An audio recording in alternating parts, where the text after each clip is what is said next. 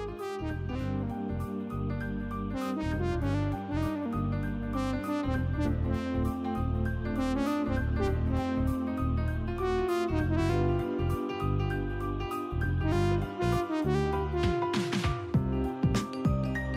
everyone, and welcome to another episode of the Essays in Espresso podcast. We are back again with a review extravaganza, whatever we're calling this segment thing. I always like calling it spoiler cast, but I know Boken calls it something else. I call it a podcast Acer calls special. It the extravaganza.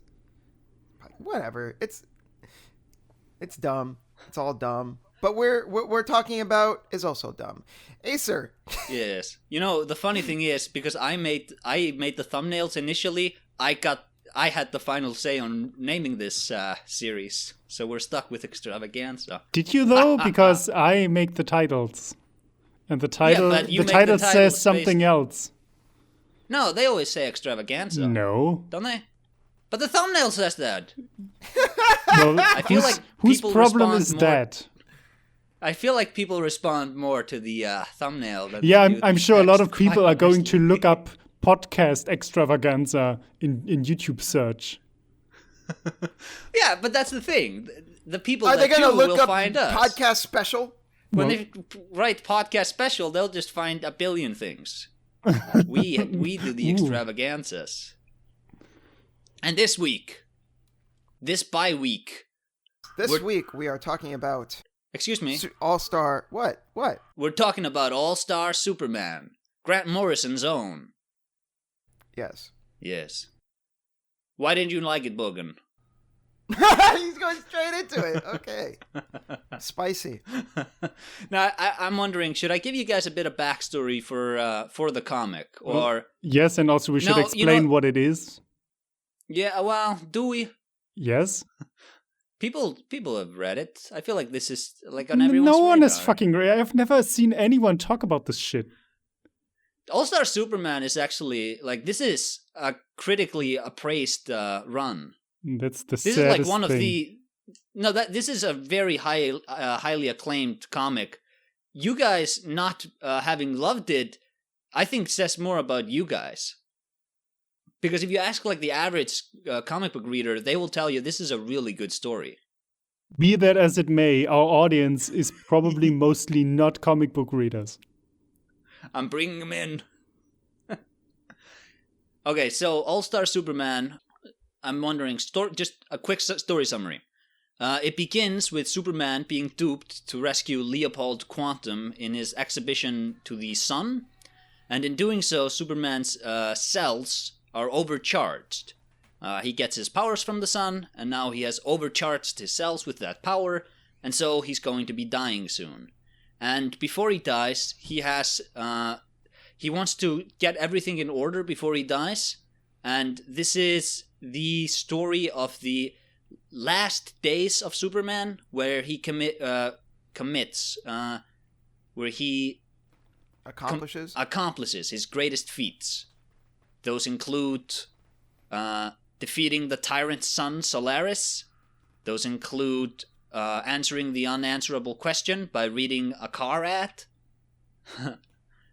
And they include escaping from the bizarro world in some hypergravity situation. I'm not going to pretend I quite know the quantum physics of that, but I really like this story. And I think this conversation is going to flow better if you guys give your thoughts before I give you the backstory. Okay. Well, personally speaking, as someone that does not give a fuck about Superman at all. Yes, most people don't. I went into this story, the comic, trying to go in like as neutrally as possible, and it just kind of felt like a collection of short stories that were loosely connected with each other. You know, obviously they were all connected by the fact that, yeah, Superman is dying, and he's like, he's performing like the 12 Feats. ultimate challenges. Yeah. Ultimate feats or whatever.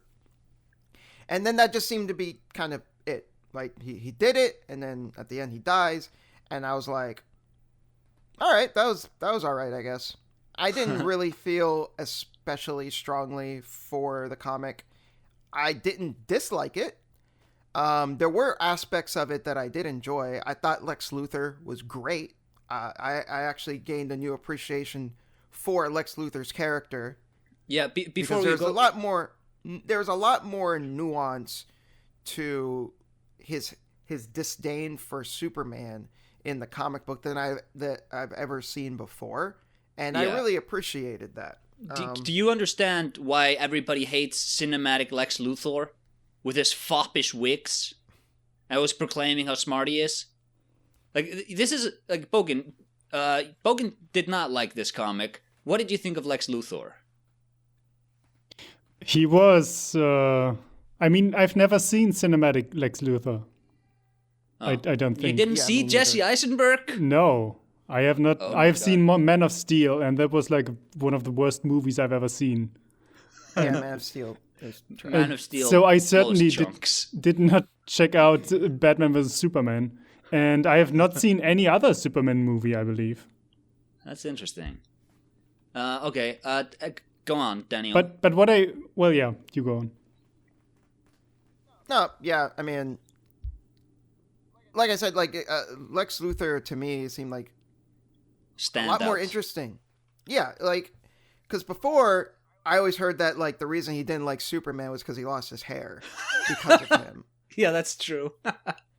It seems like that looks like that was like an old Silver Age reasoning, and this Lex Luthor is different. He's not like that.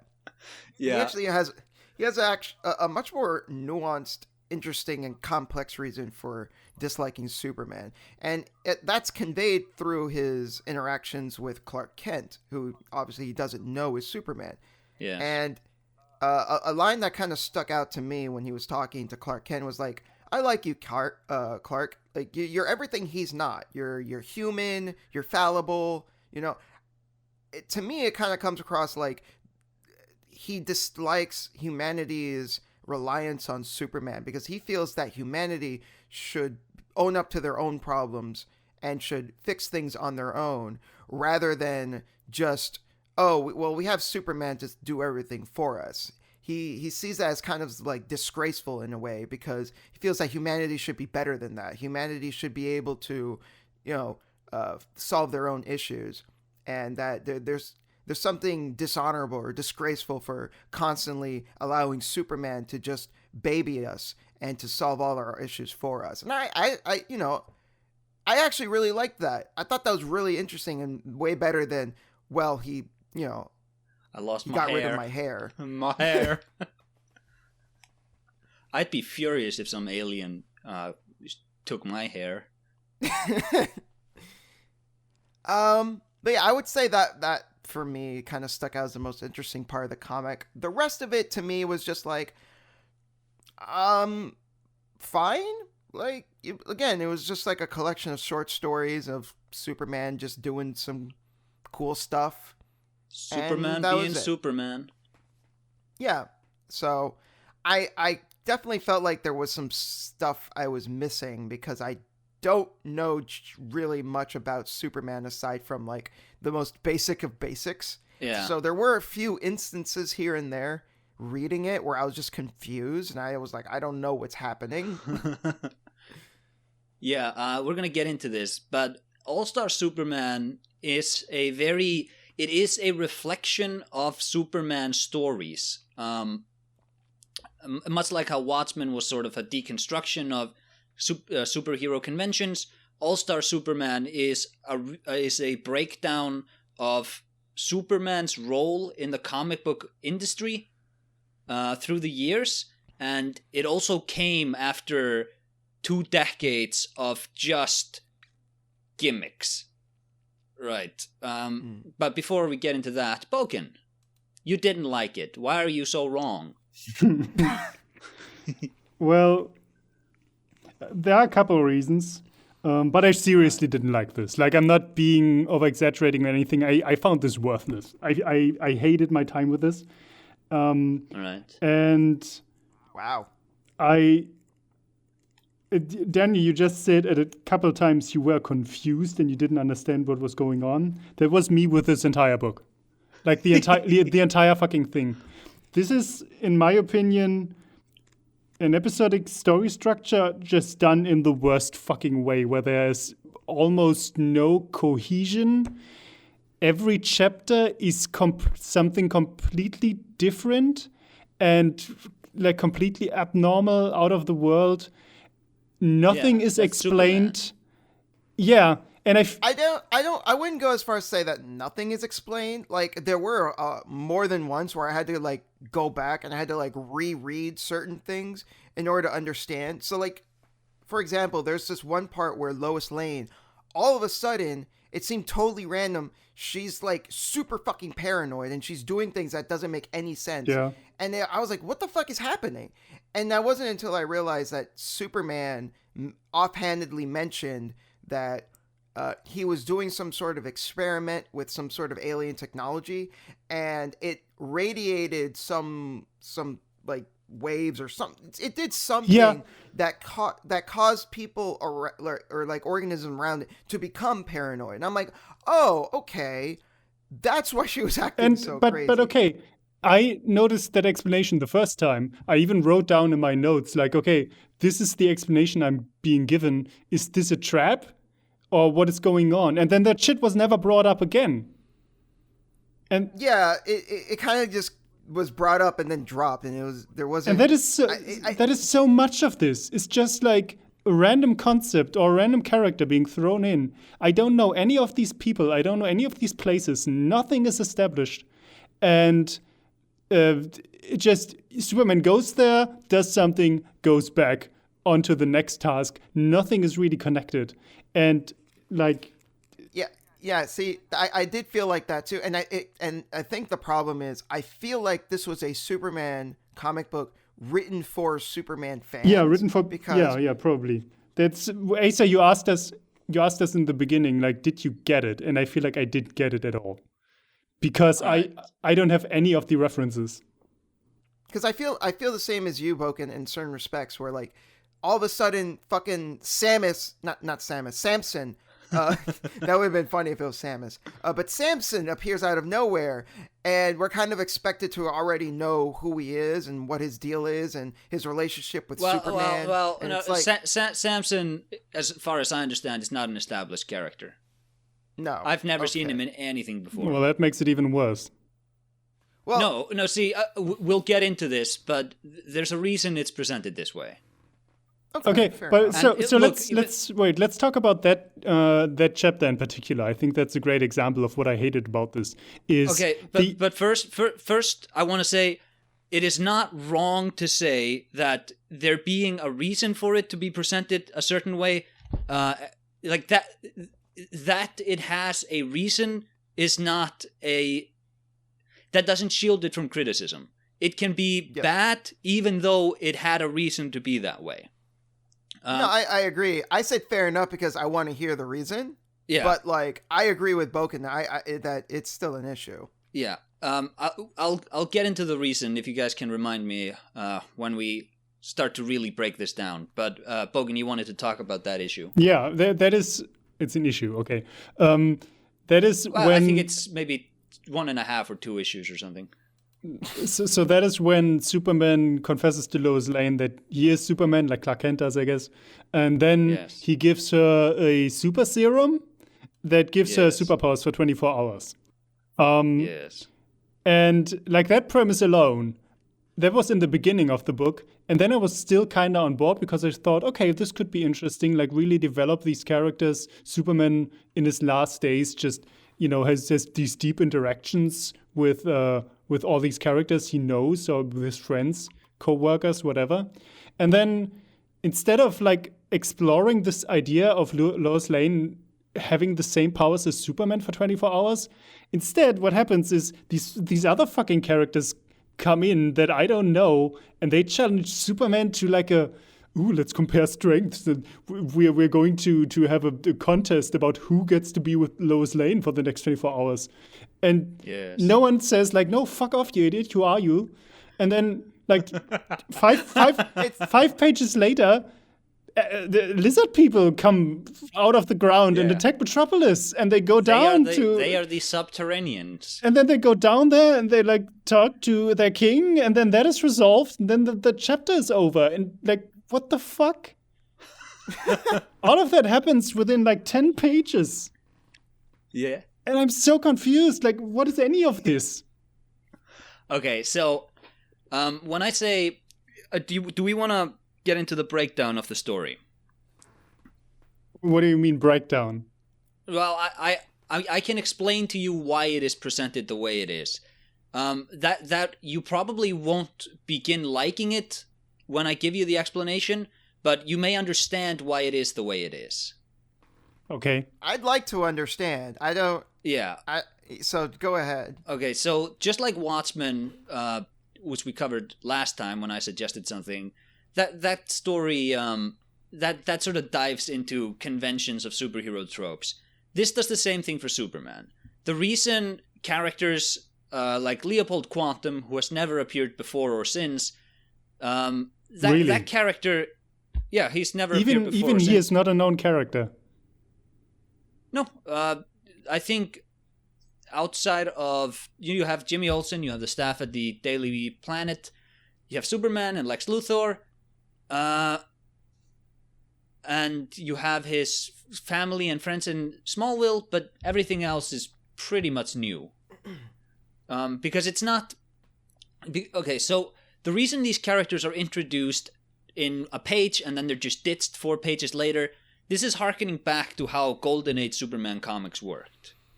So, back then, of course, there was no continuity, no real craft to any of this. It was just the silly adventure by this marketable brand that was Superman. The reason I really like All-Star Superman, and this may upset the 2 comic book fans that are listening, is because I feel like this is the result of a 70, 80-year-long gestation period for this character. I don't think Superman came into his own until with this comic. And you have to understand, this came after the 90s. So you've watched The Boys, Bogan. Not entirely, but yes. Yeah, you've watched some of it. Daniel, you've watched none of it. None. Okay, Bogan. We won't spoil anything, but do you think Homelander is a more interesting character than Superman? Pretty much, yeah. Okay. Would you both say Dr. Manhattan is a more interesting character than Superman? Yep. Absolutely. Okay. I don't think so. And one of the reasons I don't, and this is something All-Star Superman gets so right, is because I have seen the gimmick of it's Superman, but so many times. Normies to like the superhero mythos, they look at Homelander and they go, oh, what a fresh take on like a character with superpowers. I've seen that 1,000 times. What if it's Superman, but he's like an authoritarian warlord? Well, that's Mr. Majestic from the Wildstorm universe. That's also what if it's Superman in the Injustice comics. Yeah. What if it's Superman, but he's like bred to, like he was created and bred on American exceptionalist propaganda? That's Homelander. What if it's Superman, but he landed in the Soviet Union? That's Mark Miller's Red Son. What if it's Superman, but he's growing disenchanted with humanity? That's Dr. Manhattan. What I love about All-Star Superman is that... wait a minute. To be fair, I think there's a lot more than Dr. Manhattan than just him being disenchanted with humanity. Sure. There's more... I'm not dismissing... I'm not saying these are bad characters. I'm just talking about this specific trope. I like Homelander. I like Dr. Manhattan. But what I like so much about All-Star Superman is that when Alan Moore and Grant Morrison and all these British comic book writers got their hands on American superheroes in the 80s, they were so cynical and there was such animosity to them. Garth Ennis, who did The Boys and Preacher, he hates superheroes. And that's very evident if you ever read anything he's ever written. Alan Moore, he pretty much hates superheroes too. He has like, there's a little glimmer of him that loves them. But these guys have deconstructed and reconstructed and mocked and satirized the superhero for so long. And All-Star Superman was Grant Morrison, one of these British crazy guys, and we'll get into the craziness of Grant Morrison in a bit. This was like him giving Superman back to the world after 20 years of these insane, rambling, nonsense stories where we'll just look at every aspect of Superman, but we won't look at Superman. So the crux of Superman as a character, it always goes back to this, and it as a convention, it always goes back to this, is that he is the guy you can rely on to do the right thing. And what makes him interesting isn't when he's evil. He's not interesting because, the moral plight of a man with too much power. Should he save them? That's not interesting. That's interesting for 2 comics, but then it becomes really boring.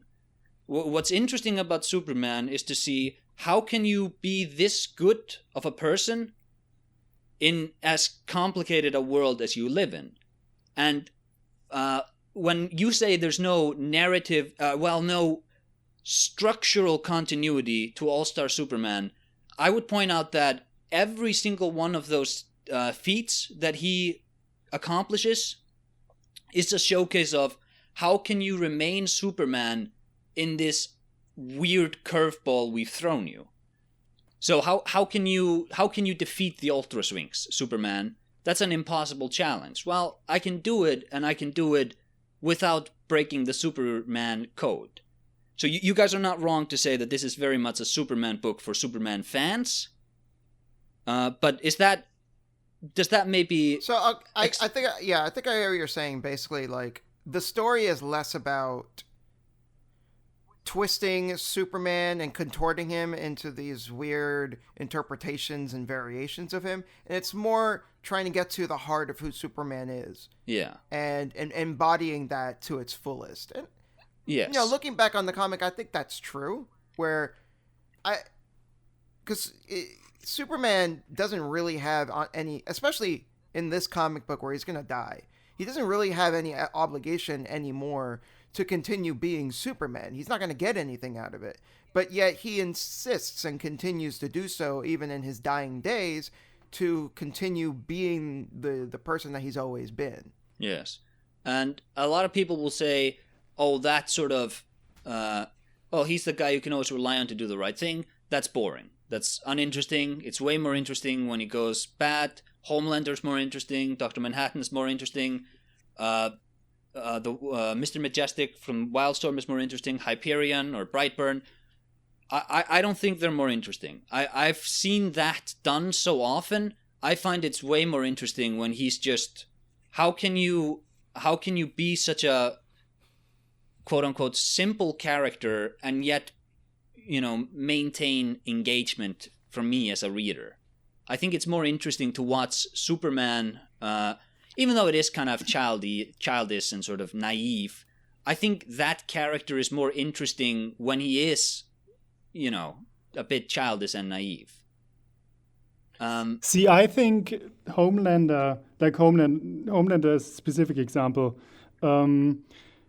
I like him as a character, but even I can see, even I am getting somewhat tired of that character trope of the corrupted Superman, Yeah. But what I like about Homelander is that he feels like a threat, and he has a massive impact on the stakes of the story at all times. And that's what makes every scene with him so fucking terrifying. So he is more, I don't even see him as that much of a character anymore, especially because The Boys in particular is just kind of going too far with how evil he is. I haven't finished season 2, but if they're going off the comics more going forwards, then you haven't seen anything yet. Great. But yeah, he is an interesting. He brings an interesting dynamic into the story, which I appreciate. And with Superman, I guess it's the exact opposite, where everything will be fine at the end. Yeah. And there are no stakes. Sure. That's not a. You guys have never read when Superman fought the Elite. I think the comic was like, "What's so funny about truth, justice, and the American way?" That's another Superman story which did this. But that's another story which did this, which is basically these new characters who are all British, because it was sort of another exemplification of the British comic book writers ruining American superheroes. They came in there and they were more brutal and they were killing the supervillains. And that story ends with Superman basically adopting or pretending to adopt their methods. And then he reveals at the end that, no, I wasn't killing you guys. And he has this spiel about the moment I break loose and I show you like how much more powerful I am than you, that's the moment when this whole experiment closes down. You cannot have a DC universe with a bad Superman, because the moment Superman's bad, that's the moment everything sort of, when the most powerful guy isn't on your side, then it, like I say, it kind of collapses. So for these stories to continue, you need Superman to be a good guy. And Superman, but like that trope, you notice those stories don't tend to last very long. They're always contained. Like The Boys, that was 2006 to 2012, I think. Watchmen was just like, those were 12 issues. You don't get a lot of mileage out of a world in which Superman is a bad guy. Well, but I like contained stories. Yeah. I'm not saying you're wrong. I'm saying you are right to say that there are stakes regarding Superman, alternate Superman, which regular Superman does not have. Do we want to get a bit into Grant Morrison? Let's talk about the comic a bit more. All right, we can talk about the comic already, a bit more. We're very meta already. And I have so many nitpicks about this. You won't even believe. All right. Go ahead, Bob. So there were a couple of big things I didn't like about this. Probably the biggest thing was the science mumbo jumbo on every fucking page, which it's annoying when Superman lists off all the planets where he was and all the dimensions he visited off screen, because I don't care and it's just a bunch of like nonsense talk. I get really annoyed when that stuff is being brought into the story and is used as a narrative tool to diffuse a threat or to solve some kind of problem. So, for example, that chapter where the two other Kryptonians come, that pair in yellow. The astronauts who were lost before Krypton blew up. Sure. They, well, first of all, it didn't make any sense that they just started ruling over, taking Superman's place because he was away for 2 months. But in reality, they didn't even want to. And the moment he comes back, they're like, oh, let's blow up the planet now. I didn't get that at all. But basically, they were super strong. And the only reason Superman was able to defeat them wasn't because of his doing. It was because they flew through some kind of radioactive kryptonite cloud or something on the way to Earth. Yeah. And suddenly that kicked in. And so now they're super weak. And now Superman is like, oh, I'm going to save you. And then we're friends. That literally happens in 2 pages. Is that problem resolved? And I don't feel like Superman learns anything from that. Well, he doesn't. Superman, generally speaking, doesn't. Those stories don't end with him learning lessons. Sure. No, he stays the way he is, and the problem is resolved for him. He doesn't have to make a difficult decision. It's just, hey, here's some science concept we just brought up. They flew through a radioactive kryptonite cloud on the way to Earth, and the effects are kicking in right now. What a coincidence. Sure. Yeah, that story that one landed flat for me as well. I didn't really care much for it. So this is why I wanted to get into Grant Morrison. I think I can diffuse a lot of these nitpicks if we talk a bit about him and his conceptualization of Superman. Okay, so Grant Morrison, like every other comic book writer, is crazy. It's okay. What kind of crazy are we talking about? There's a okay. lot of ways that you could take that. Okay, Grant Morrison wants the DC universe to be embodied into a woman which he can impregnate. What? Yeah, like I say, he's crazy. He's a crazy person. What the fuck does that mean? I don't understand what that means. He wants to have sex with the DC universe. Why is that so hard for you to grasp, Daniel? What does that mean? In what way? In a literal way. That's like he said it's that, almost or? as if it's almost as if he's crazy. It's almost as if he's a crazy person. It's almost as if somebody was saying that already. He's a crazy person. Okay.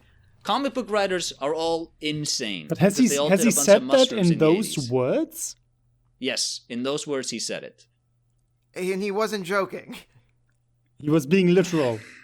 He may have been joking, but the thing with him is you don't know. So he also looks at So wait, to be clear then, he might be crazy is what you're saying. No. He is definitely crazy. He may have been joking about that, but he is definitely crazy. He is just like Alan Moore. They're both magicians.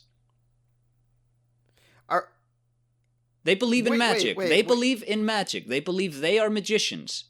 They believe that they can cast spells to change the fabric of reality. They believe this. They don't joke about this. They believe this.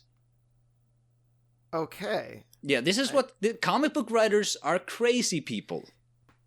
I have a hard time accepting that Alan Moore, who wrote Watchmen, which is this really like nuanced and layered and like intricate piece of work, also believes that he can do magic. All right, this is the point in the podcast where Acer sends Daniel. No, stop. Alan Moore, keep magic. talking. Fucking stop. What the fuck? Not during the podcast. Alan Moore believes in a Roman deity, which is called like Gargonia or something like that, and it's like some wind serpent goddess or something like that. What? Yeah. What? The fuck are you telling me? I mean, look, if I had to pick a god, that's probably that's better than the Christian worse. one. Yeah, I guess you could. If you're gonna believe in something, it might as well be, something badass, I guess. Yeah, they're all crazy. All of them. If you think they're normal, they're not. They're crazier than you could possibly imagine. But he wrote Super Gods, Grant Morrison did, which is a breakdown of like comic books since the inception to the modern age. And in it, he goes on like this long spiel about how he did a bunch of mushrooms in the 80s and 90s, and how the things that he was writing at the time snuck their way into his life. So he wrote about, in Transmetropolitan, he wrote about, I don't... He did. Wait. Alan Moore did not write Transmetropolitan. No, Grant Morrison wrote Transmetropolitan. Oh, no, he didn't.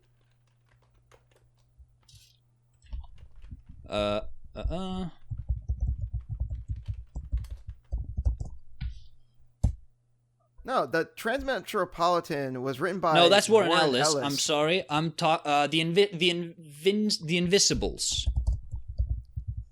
I was gonna say because Warren Ellis, I only know about him because he wrote the Castlevania anime. Yeah, I'm sorry. I'm talking about the Invisibles. Yeah, I'm talking about the Invisibles. You remember the end of The Matrix where Agent Smith goes on that spiel about how human beings are cancer? Yeah. The Wachowskis, they ripped that off from the Invisibles. Grant Morrison wrote that. Like line for line, they just ripped him off. And if you read The Invisibles... Well, they ripped off Ghost in the Shell scene for scene, so I can believe Yeah, but, like, they ripped off Ghost in the Shell, but they ripped off The Invisibles. If you ever read it, like, the main guy... Oh, well, we won't get into it. But the point is, a bunch of the story elements he injected into The Invisibles started manifesting in his life. So he wrote about how, like, this disease was invading the human consciousness, or, like, it was some metaphor for a disease. And then all of a sudden he got a disease. And then he had to write that disease out of the story. And then the disease was able to leave him. And his life is crazy. His life is this influx of reality and his writings. And he believes that his writings have this... I think he either believes it or he believes that it is more productive for him to believe that his writings... And there's like an intersection between his writings and reality. And when he was drafted to do All-Star Superman, he didn't know how to do it. So he was at a comic book convention, and he met a guy who was cosplaying as Superman. And he apparently looked exactly like Superman. And when he first met him, he was like sitting down and he was kind of hunched over. And Grant Morrison realized, of course, Superman doesn't put his hand on his hips and he doesn't puff out his chest. He doesn't need to. He's Superman. He's going to be super relaxed whenever, at every point, because nothing can really damage him. And if you look at the cover for All-Star Superman, the first one, it's Superman sitting on a hill, hunched over, looking back over his shoulder. That's where he got that visual. And Grant Morrison had like an hour-long talk with this cosplayer about like, what's Batman like? And the guy was like, well, Batman, he has his way of doing things, I have my way, but, we don't see eye to eye all the time, but we have tremendous respect for one another. So this cosplayer was also role-playing as Superman. Yeah.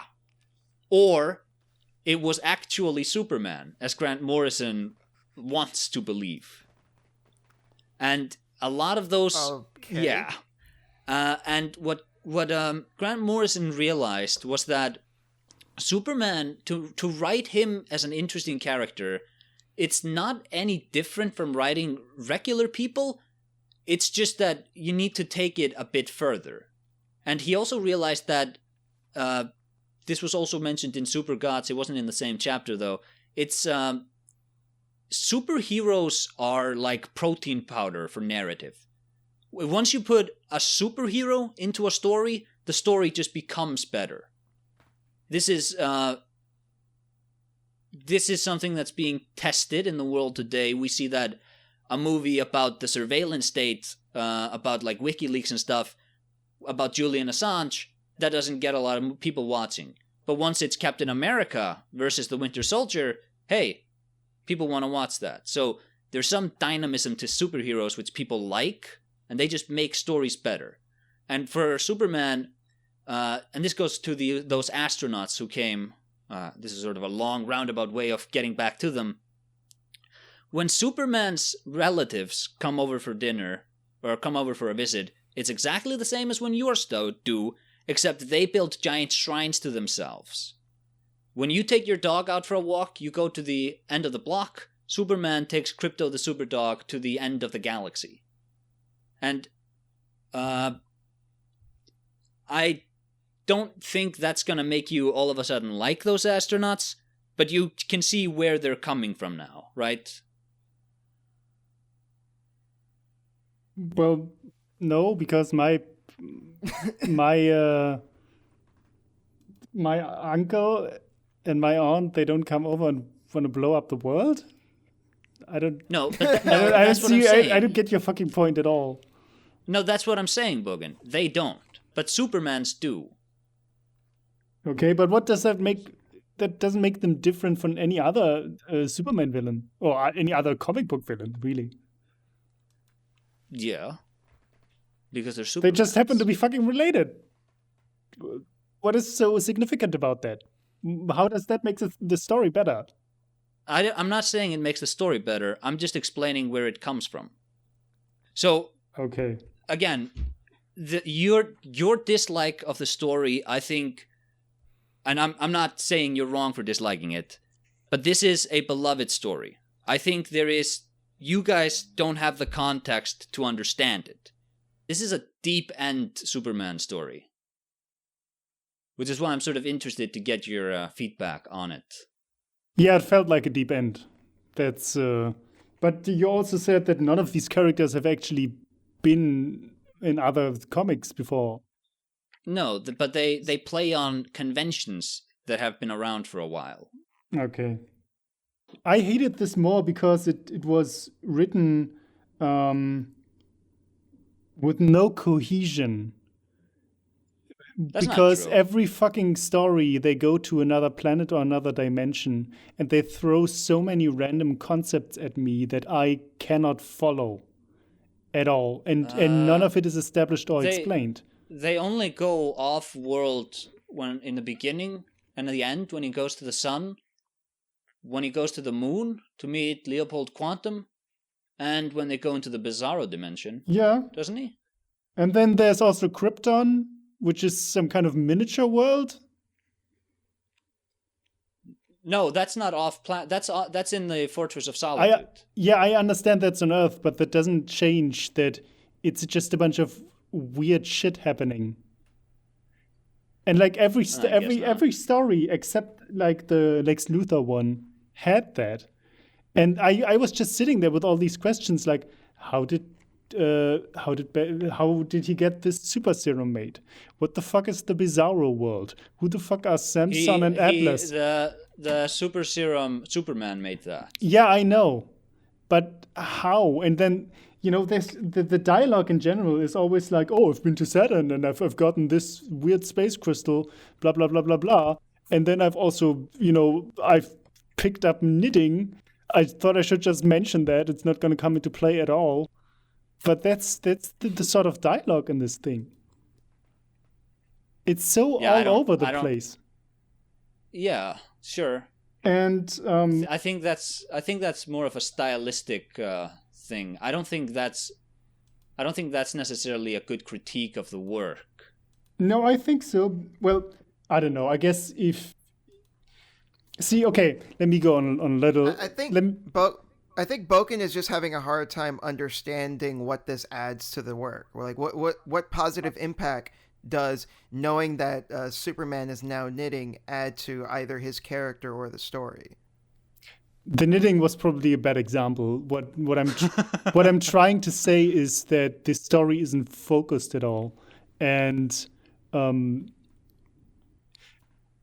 I think that I once tried to get into comic books, and I remember specifically asking on a forum someone like, hey guys, I'm not into comics, but can you guys tell me what is like what defines comics? What is the speciality of the medium in itself? Like, I wanted to know some answers to that because, movies have the visuals and games have gameplay, and then books, have only text, but there's a lot of imagination going into that. So every comics have panels. Sure, they have panels, but what one guy said to me, and I still remember this, was because comics are just drawn, they are fairly cheap to be made, but they can show pretty much anything. Like a movie needs to have a pretty high budget to constantly throw realistic CGI at you and actually just make everything. Movies are limited in this way. Comic books are not. And I felt like this was the perfect example of that because every fucking page is something else. Every fucking page is like, oh, there's a new monster, there's a new planet, there's a new character. Suddenly fucking 4 Supermans are coming out of a portal from the future, and I don't know what the fuck is going on, but here they are, It's like this sort of ADD-riddled writing that I couldn't stand. To be fair, it was probably written under a lot of drugs. I kind of get where you're coming from, Boken, in that there were times where it felt like there wasn't enough, like almost as if there were panels missing sometimes, where like it would just kind of jump from one thing to the next, and then I felt like I was missing something, and I'm like, wait, how did we get here? Yeah. What is happening now? why are these characters doing It's this? like the writer got bored of the story suddenly and thought, hey, let's throw in something else. And the ending with Lex Luthor, I had so many questions. What the fuck is a Solaris? Where did that come from? How did Lex? Solaris how did is- no, you don't need is to explain. I'm sure. I know. It is some fucking weird sun that wants to eat the real sun. But what is that? That is nothing. That is such a weird and complex concept. That is not I ask you something, explained. Bogan? How much enjoyment do you have for like strange sci-fi? What is strange sci-fi? This is strange sci-fi. This isn't science. This is bullshit, Asa. Actual sci-fi. You are making a grave mistake. That's not right. This is science fiction. You're distinguishing it from hard science fiction. Exactly. Yeah, I was gonna say, Boken, you're making a wrong distinction here. Like, just because something is science fiction, that doesn't mean it has to actually be based in real science. No, I understand that, but this has a lot of like quote unquote scientific dialogue that doesn't make any sense. And that's what bothers me. Star Trek. Yeah, no, I was gonna say, not at all. Yeah. Yes, Absolutely, yes. Bogan. In every single way. So does Yo, Star Trek. Boken, just reverse the tachyon beams. Whatever the fuck that means. Just reverse them. There is a lot of thought and detail that goes into actually explaining the how the rules of Star Trek work. The new Star Trek. I'm not saying the new Star Trek. I'm not saying right. there aren't, but it's still bullshit. Yes, it's bullshit, but it is at least somewhat coherent. I understand Star Trek rules because I can watch Star Trek, and I understand when can they beam, when can't they beam, what do they need to power their ships. All that shit is explained. Maybe it doesn't make sense in actual science reality. Okay, your problem is just that the rules here aren't clearly defined. Exactly, there are no rules to this.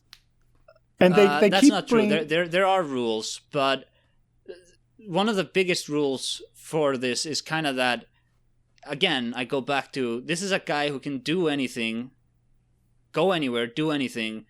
You can't tell that story by constraining him with all these rules.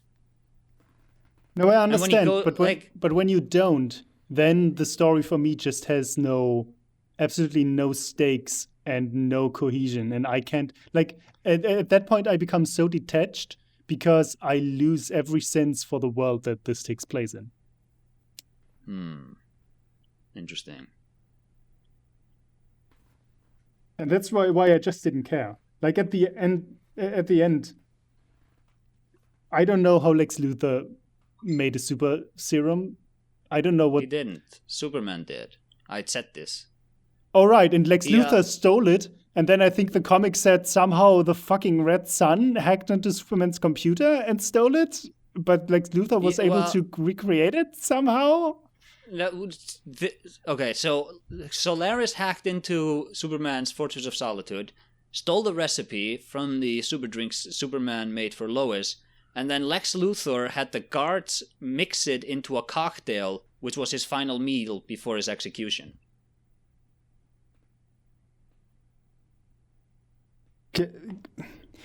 You just said that a giant sun that wants to eat our sun hacked into the computer of the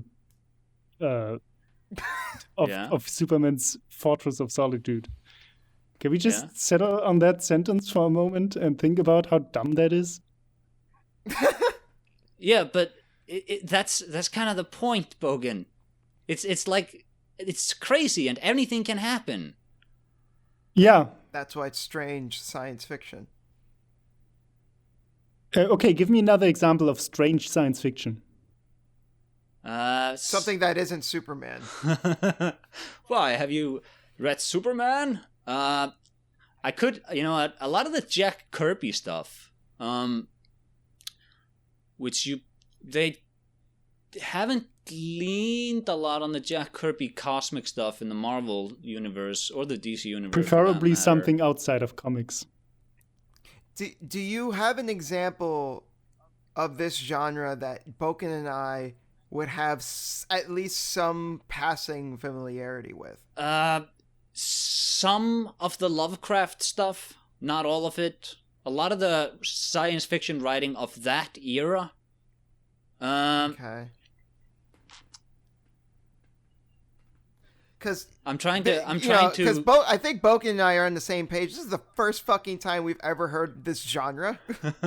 So I'm just trying to think like what defines it, and okay, I'm kind of hoping that what defines help it us is basically it is. I saw this cool tweet recently where it's like, when you use plague doctor masks in context outside of the 13th century or something like that. It is as erroneous to use it then as it would be to have a hazmat suit be the symbol for magic in like the year 4000. And somebody then drew like a hazmat suit magician, which was super cool. I think that strange sci-fi, it's basically science fiction ass magic. Aeon Flux? Would you say? I don't know if anyone here is familiar with Aeon Flux. Haven't seen it. Okay, because I'm trying to think, like, that's the closest my mind goes to. I'm not talking about the shitty movie, by the way. I'm talking about the animation, the original. Didn't that movie have Charlize Theron? I don't know. I never watched it. I heard it was terrible. I only watched the original series. But when you're describing strange sci-fi, like, that's what comes to mind, because it's like weird sci-fi. Yeah. It's a very bizarre series, and it doesn't try to really explain how things work. It's just these characters just living in this weird sci-fi dystopia or whatever, and they're just like it's just the characters just going through like their weird existence. I feel like Madoka would be weird sci-fi. Is that even science? Well, it is somewhat futuristic, and it has time travel. Well, yeah, but that's magic. Just purely magic. Yeah, I guess. So, like, because when you think of something like Alien, like, that's just hard sci-fi. Like, everything is just science fiction. It's like, it's aliens and it's ships and stuff. Like, it's stuff that, like, even if you look back at the first movie and obviously their interpretation of the science is outdated, but at the same time it still feels like, at least to a certain degree, like, okay, yeah, this could possibly be the future at some point. As opposed to, again, my previous example, Aeon Flux, where like it is such a weird interpretation of the future that takes place like thousands of years in the future, that like that version of science is so out there that like it doesn't have as much basis in our reality and our interpretation of it. I think we're getting hung up on strange sci-fi definitions. Yeah, yeah, probably. Sure. I'm just trying to think of an example that I actually like, that is like that. Like, it is true that I care for rules, and I like contained stories, and I feel like I need to understand that there need to be rules to actually create drama. I'm not a fan of anything can happen.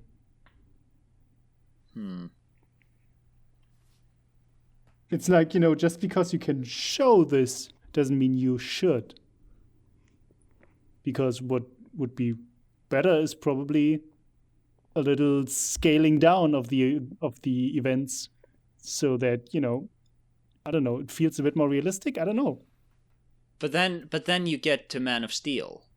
But Man of Steel is also extremely dark, unnecessarily dark.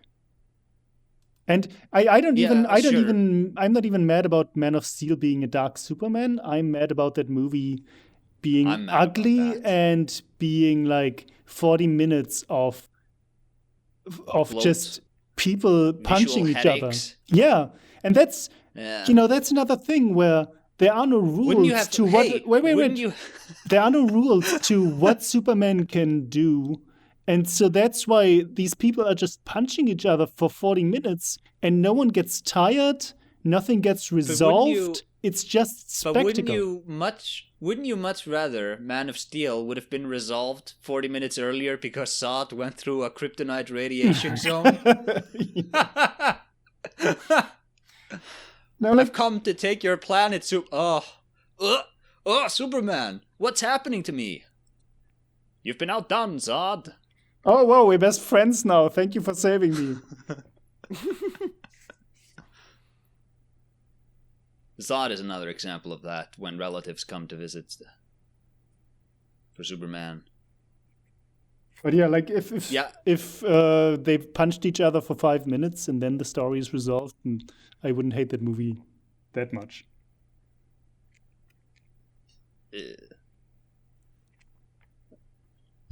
Can we talk We about... are currently... Yes? Yeah, okay. I was just looking at the time. Yeah, you were going to say? Can we talk about the Bizarro world? Can we... I hated that. Me too. Oh, I loved that. I hated it so much. I loved it so much. I've had such a hard time understanding the dialogue. Yeah. And I know that's the point. No, No, but but the point is shit. The dialogue reads like shit. I hated it so much. No, you guys, you have no whimsy. But see, that's the thing, though.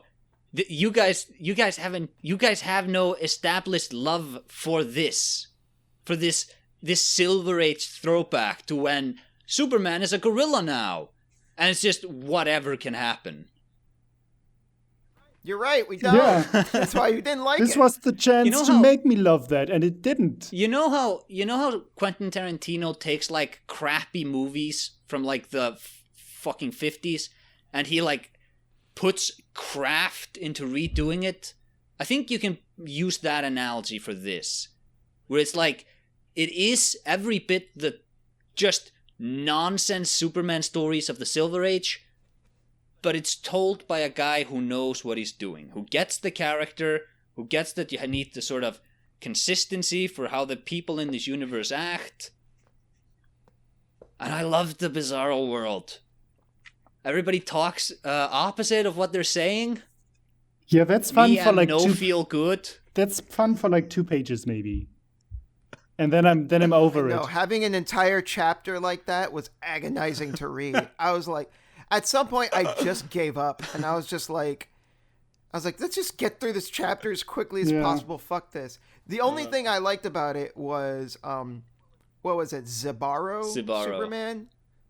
Yeah. I actually liked him because he was the best thing about that chapter because I actually felt for him. He was looked at as the weirdo in his world, even though like he was the only actual normal one and everyone else are fucking jackasses. And I actually felt bad for him. Like, Jesus, imagine being that dude and being like the only reasonable person in a fucking world full of idiots. Yeah, like, that's me in this podcast right now.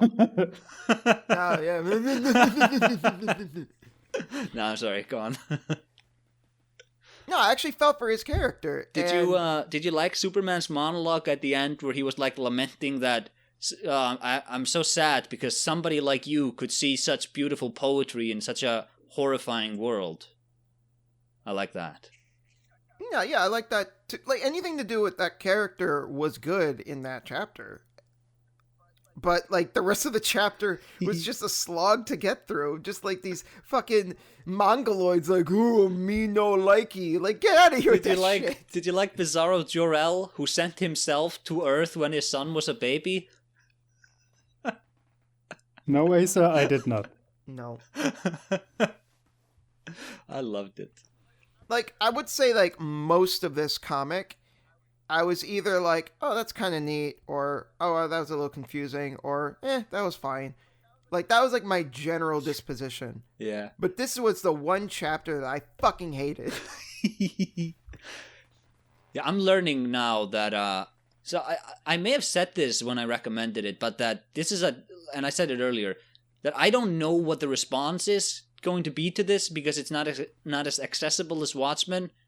I'm definitely feeling that you kind of need to have an established love for these tropes. Because you guys are complaining about the Bizarro world. You haven't seen the Bizarro world done poorly. Like this is Dostoevsky compared to what the Bizarro world is usually when they go to it. That is so fucking sad. Oh my god, that's scary to me. Like that genuinely horrifies me that there are interpretations that are like orders of magnitude worse than this. Holy shit. Get it away from me. But see that's the point about when Superman is talking about how Zibarro sees the poetry in this horrible world. That's the depth Grant Morrison brings to this, this wacky Superman, anything goes, where you still have the humanity in the Bizarro world. And he uses the Bizarro world to sort of prop up that aspect of Superman. And he can tell a really sort of kind of tragic story about Zibarro in there.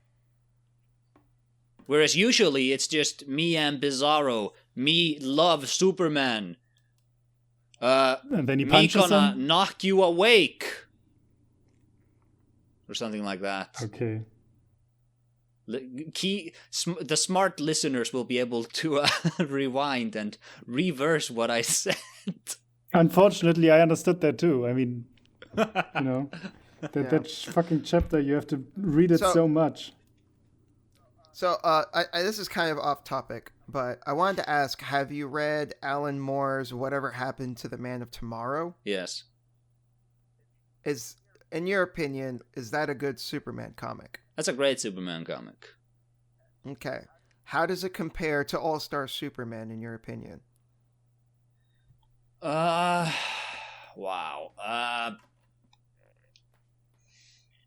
Okay, let me ask this instead. Do you think Boken and I would appreciate that comic book more, or do you think we'd feel the same in that it's also mired in this it's like ensnared in this. See that's what I was gonna say. I don't know if you guys will get Whatever Happened to the Man of Tomorrow, because again, that is, like you said, Daniel, it's clothed in this backlog of 40 years of continuity, which Alan Moore is like selectively picking up to make a point about the continuity. I think you should just read it. It's a very short read, Whatever Happened to the Man of Tomorrow, and I know you own it, so you may as well. I do own it because after I read Watchmen, I was like, oh, I'll buy a few Alan Moore comics because I'm a fan of his now. You probably should have consulted me before buying them. You didn't know I didn't buy a bunch of them. You didn't know he was a crazy wizard who worshipped the serpent goddess. Well, you can be a crazy person and still write good shit. The only ones I bought were Killing Joke. Good. V for Vendetta. That's good. We maybe should have read V for Vendetta. You guys probably would have appreciated that way more. I didn't like the movie, but I imagine the it could have been my reason to watch the movie. I've been meaning to. I think the movie is okay as its own thing, but the comic is on another level. But Whatever Happened to the Man of Tomorrow, I think you'll get it. I don't know if you'll appreciate it, though. Now that I think about it. Okay, let me ask this. And do you feel that it stands on its own more than All-Star Superman as a story that you could just appreciate on its own? See, here's the thing. All-Star Superman is very self-contained from the rest of the Superman mythos. There are very few... Outside of just conventions, you don't have a lot of recurring characters in All-Star Superman. Whereas with Whatever Happened to the Man of Tomorrow, I mean, that is just explicitly characters from the Superman mythos. And, Mr. Mixapitlick. Do you know who that is? No. No. Okay. So no, I don't think it's as a story. It's maybe more accessible, but I don't think it stands on its own as much. Okay. Well, I already bought it, so I might as well read it. Definitely give us a definitely talk about it when you've done reading it. Okay, I have one more thing. I'm going through the comic while we're talking, and it's just like this fucking dialogue, man, makes me so angry. Like at the end when Superman becomes like an entity when he dies, and When he's inside the heart of the sun, yeah, I actually made of gold. I actually fucking wrote this down. Like he's dead. Lex Luthor has won. Is basically where the story is at. Well, No. We What? Is Lex Luthor? Has he won? No, he hasn't won because of the following explanation of how Superman comes back to life. Where the fuck is it? Kryptonian cell structure adapted over millennia to store energy from our dim red star Rao. Your body is undergoing mutation, a conversion to solar radio consciousness. After bodily death, as the Neocon lab studies confirm, individual awareness persists for a time and builds for itself thought palaces or complex hells to inhabit. And this is the explanation I get why Superman comes back as some fucking entity and can fight Lex Luthor one last time before he dies. Yes. That is how that is resolved. I don't see the problem here.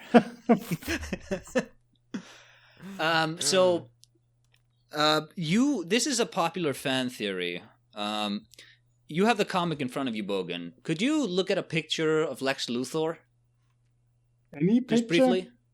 Any picture. Okay. Yes, I have one. All right. Can you now flip to the very end of the comic where Leopold Quantum is talking about Superman's potential successor? And you have like the Superman logo and it's a 2 on the, I think it's on a vault? Yes. Or something? Okay. What do you notice? What do you notice, Bogan? Like that's out of the ordinary, or Yeah. What do you notice that's out of the ordinary? I mean, it's a 2 as a Superman sign. Yeah. I'm talking about Dr. Leopold Quantum being Lex Luthor. This is a fan theory, but it has tremendous... it's built up a lot in the story. He introduces himself and he talks about being from like a doomed world. If you look at his face in certain panels and you put it next to Lex Luthor, the only difference is that Leopold Quantum has hair. Tell me, Bogan, what's his hair color? Blonde. You have the picture. Is it blonde? Oh my god, how embarrassing for me. It looks blonde to me. Oh my god, how embarrassing for me. Did you have some grand point? Yeah, I had a grand point. A Grant Morrison point? I had a Grant Morrison point. This is going swell. Leo Quantum. Oh, he is blonde. I had recalled him being a redhead, like Lex Luthor. Anyway, the fan theory basically, his hair he can color his hair. Come on. I guess. The fan theory basically submits that Lex Luthor goes back to the past, and then he's the guy who sort of saves, who makes sure that Superman gets a successor.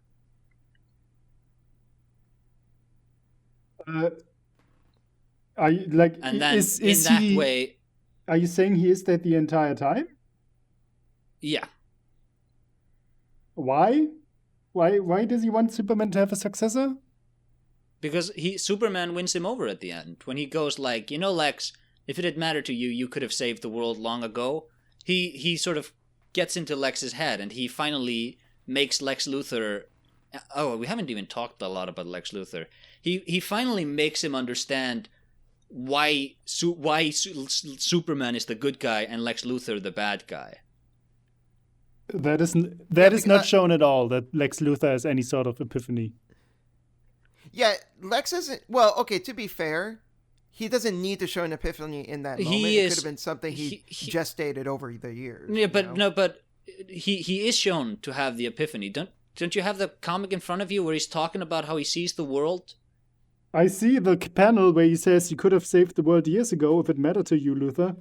Lex Luthor is on the ground. It looks like he's unconscious, and then he's never shown again for the rest of the pages. No, he's not shown again. But Lex Luthor, right before his his super serum runs out. That's another comic book. He has this epiphany about how we're all we have, and this is how Superman sees it all the time. And that's when, as the fan theory posits, he sort of realizes that no, you know what, Superman is right. I was wrong the whole time, and I have to fix the mess I made. Okay. It's not good enough for you? Let's talk about Lex Luthor. Bogan, what did you think about Lex Luthor? I feel like we already talked about Lex Luthor. We talked briefly about him, but there's more to say. I didn't care about this. Lex Luthor was okay. I got nothing from this. Right. And I didn't feel motivated to think about it more. Because the last chapter where Superman confronts Lex Luthor is so full with like plot conveniences and non-explanations that I just don't care. The story has no structure and no stakes at that point. Okay, see, you keep saying that. You're gonna have to stop saying that. It has structure. I think if you reread it, you'd be surprised by how much structure it has. I'll grant you that it's sort of all over the place. In terms of like the dialogue, you said, what did you say, ADHD? ADD, yes. Yeah, Grant Morrison is like petting his cat while he's writing it. But there is structure to it. And that final fight I really like. I don't think it has that many conveniences. Oh, it has. Like just contrivances for the plot. Yeah. I think at this point, Boken just doesn't want to talk about it anymore. No. That's not true. But how can you... The shit I read about why Superman comes back to life, that's not a convenience? That the fucking Ultra Sun that Lex Luthor somehow contacted and teamed up with hacked into Superman's computer and stole the fucking formula for his super serum, that's not a convenience? No, that's just what happens. That's not a that is what happens in the story. They even I don't see how that's a convenience. That's just what the story is. I think a convenience is something like I don't know. I feel like a convenience would be I'll grant you convenience when like they flew through that kryptonite radioactive kryptonite cloud in space. That's a convenience, but when Solaris hacked into the computer at the Fortress of Solitude, that happened in the story. It happened in, what was it, chapter 4? When you what? When Solaris hacked into the computer at the Fortress of Solitude, that happened. That happened when Lois Lane was there. Don't you remember when Superman has like the robot and he's talking about, he must have malfunctioned. Okay. That's what he's referring to. That is not made clear at all. You realize that, right? I think it is made clear. I think you need to reread it. He's never going to reread it for the rest of his life, and you know it. Yeah, I know. And then also, like, I take umbrage with when you say conveniences and when you say lack of structure, I guess is what I'm saying. I think it is... I think if you would reread it, you would see that it's way more built up than... Stop saying if you reread it. He's never going to do that. I mean, I'm looking for the page right now, but that doesn't really change anything. Like, I understand that the Tyrant Sun at the end is defeated by that weird fucking black thing that Superman nurtured back to life. But how is it? Superman beats it. Solaris kills the Sun Eater. Oh, right, but doesn't it, like, it has some kind of impact, that thing? It might, actually. It's, yeah, maybe. You have the comic in front of you. Oh, fucking whatever. No, I'm not... That thing, like, what is that? What is what? That black weird space alien. The Sun Eater? Yes, the Sun Eater. Yeah, it's just like a Sun Eater. Oh, okay. Thanks. Like I guess we already went over how mental that is. How mental everything is. He just finds a Sun Eater, whatever that is, and he nurtures it back to life. And it just happens to be useful at the end, even though he didn't plan for it. Like, it is set up within the story, I guess, but I don't get what that is. I don't get the rules, and that's why it feels to me like everything can happen, and what needs to happen for the story will happen. And that's why I'm not engaged by this. Maybe. I guess that's I guess that's a fair assessment. Though I feel like if you had more love, if you had more built-in love for this sort of stories, you'd probably come away from it differently. Maybe.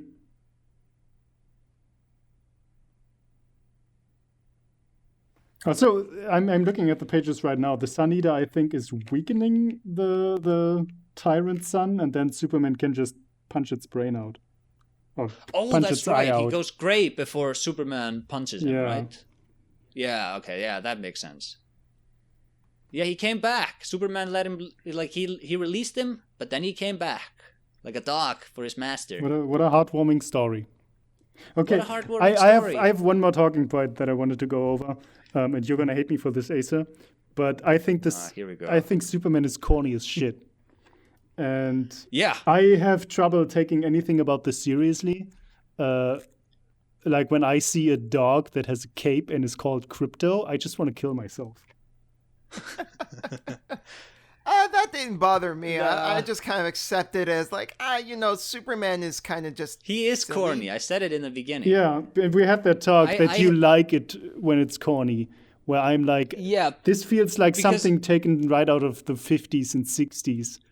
And I can't take it seriously. I just can't. No, maybe not.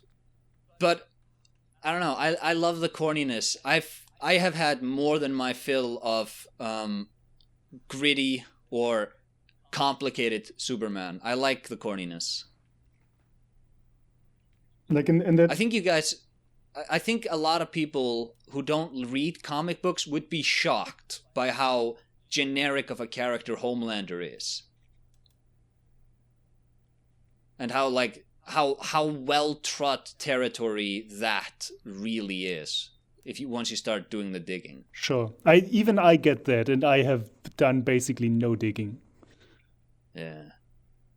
But yeah, when for example Zibaro is introduced, right? It's like the Bizarro world in itself is such a corny concept, and it's so stupid. And then I think it may have been created originally to sell cereal in some capacity. Oh my god. I don't remember. No, you know what? I'm thinking of something different, sorry. It was created purely out of artistic reasons. And then he comes into the frame. Bizarro world. Yeah. The Bizarro world. Back in the day, there was this craze of if you put like a gorilla in Superman's costume and put that on the cover, the book will sell 6 times more copies than it would if it's just Superman. So every comic book back in the day just had like Batman with his fists up and he's fighting a kangaroo, which is also dressed like Batman. They just had these weird like it was just like these weird covers, which they then at some point felt they had to justify in the stories themselves because, hey, I bought this Gorilla Superman comic book and there's no gorilla in it. What gives? So the Bizarros and the Bat-Zarros of the world. Why the fuck were people buying comic books based on gorillas? I don't know. They just sold. That's so weird. I know. But gorillas sold back in the day. They were the clickbait of the day. I guess people really liked King Kong? I don't know. I'm not here to make sense of it. I'm just here to report it. People loved gorillas back in the day. And then that sort of, we need to do just weird things on the covers that bled into the stories. And I think that's where Bizarro World comes from. Okay. I don't know how much more of this I can take. Yeah. It's just a bunch of nonsense. Don't worry. Come on. Don't worry. The next comic book I recommend will be way more cohesive. We'll talk about the Batman. No, we'll talk about, what is it called? The alternate Batman of Anzabanur. Who's like he's an alternate personality Bruce Wayne created for himself mentally in case he was ever under some kind of psychic attack or some shit like that. Oh my god. What? Yeah, look, comic books are kind of crazy. I'm not gonna lie. Okay, are we done? Are we done with this? Is this discussion Yeah, I guess over? we're done. Yeah, I think we've exhausted it. All in all, we really liked it. There were one or two nitpicks. No, look, All-Star Superman, if you have an affinity for what it I think, how about this? This is the perfect distillation of what it is. And if you like what this is, you're gonna love it. If you don't like it, you are in for a bad time. Just ask Boken. Is that a good sign-off? I guess. I mean, I think it just comes back to what Boken and I said in the beginning, that this really feels like it was made for Superman fans, and I feel like if you aren't already invested in Superman as a character, then All-Star Superman isn't really going to do anything for you. Like, I will at least concede that, yeah, there were some things here and there that deepened my appreciation, in some ways, like, Lex Luthor. I feel like, yeah, this did portray Superman in a more interesting light compared to other Superman stories that I've seen. But, like, as a whole, while, again, I didn't hate it like Boken did, I definitely didn't love it. I just thought, like, oh, it was okay. Yeah. It was fine. Some weird shit in it that I didn't understand. But it had some good moments here and there that I enjoyed.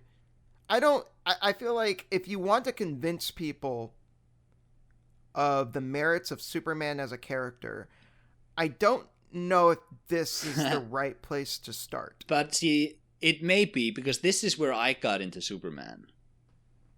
I was reading it, when I first read it, I was like, wow, this is just crazy. I love it. I love how weird it is. I thought Superman was just a guy who lived in a city and fought Lex Luthor every now and then.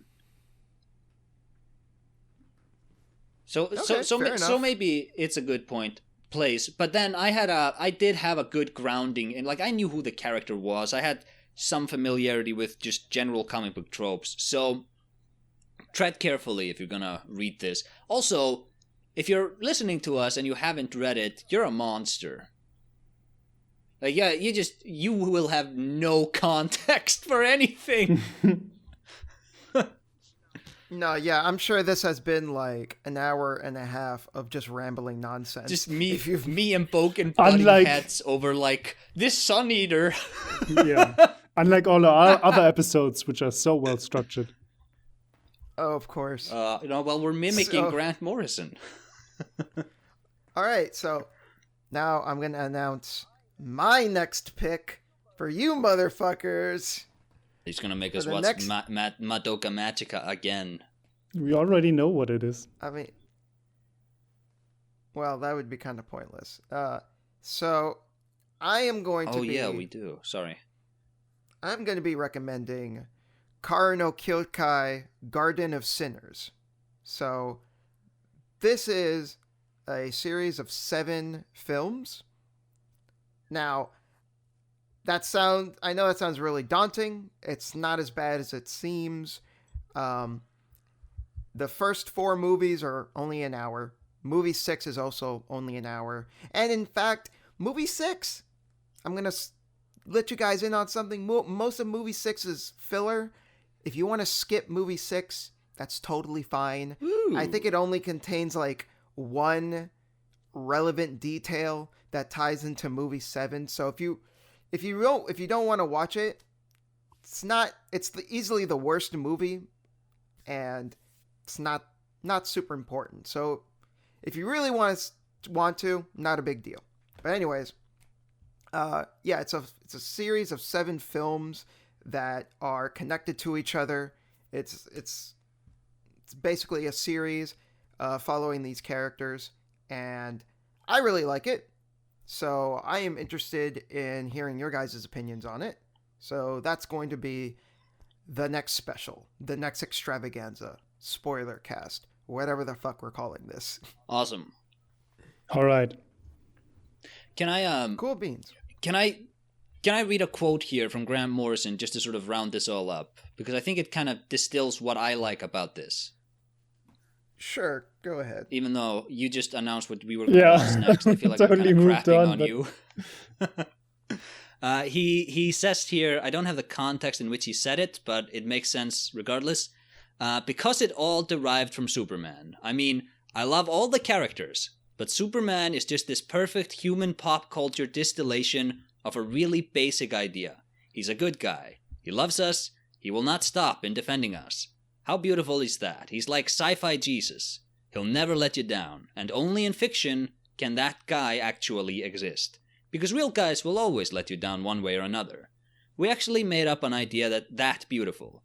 That's just cool to me. We made a little paper universe where all of the above is true. I really like that, and I think that's a good that really goes into why I kind of like Superman and this book. I also have some quotes here from Grant Morrison which reveal how crazy he is. He also Sure, that's a nice quote. I liked it too. I like the sentiment behind it. Yes. All right, are you gonna read another quote, or can we finish this off? You seem very tempted. I have some cringy ones here about madness. Okay, I think we should wrap it up. All right, that's it, everyone. Again, Kara no Kyokai Garden of Sinners. Oh wait. Sometimes you wonder in an interconnected universe who's streaming who. Who is Get the fuck out of here, streaming? Grant Morrison. Yeah. What? It's in it's a quote from Animal Man. It makes sense in context. Okay. Well, like I said, what we're doing next is Kara no Kyokai Garden of Sinners. If you guys want to watch along with us for when we release the video, it's 7 movies. There's technically a couple of other things outside of that. You don't need to focus on those. Just focus on the main 7 films. All right, that's it. That's Essays and Espresso signing out. Bye-bye. Bye.